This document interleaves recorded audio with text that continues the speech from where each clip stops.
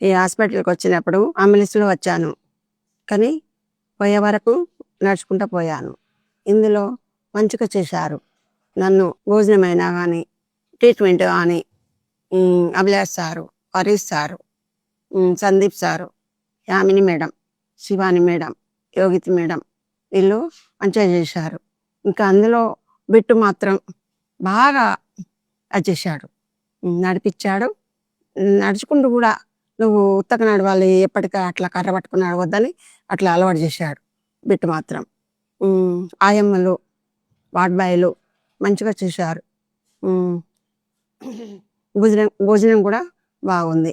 ఇందులో ఎట్లా అవుతానో ఏమో అనుకున్నాను అప్పుడు, కానీ మంచిగా పంపించారు.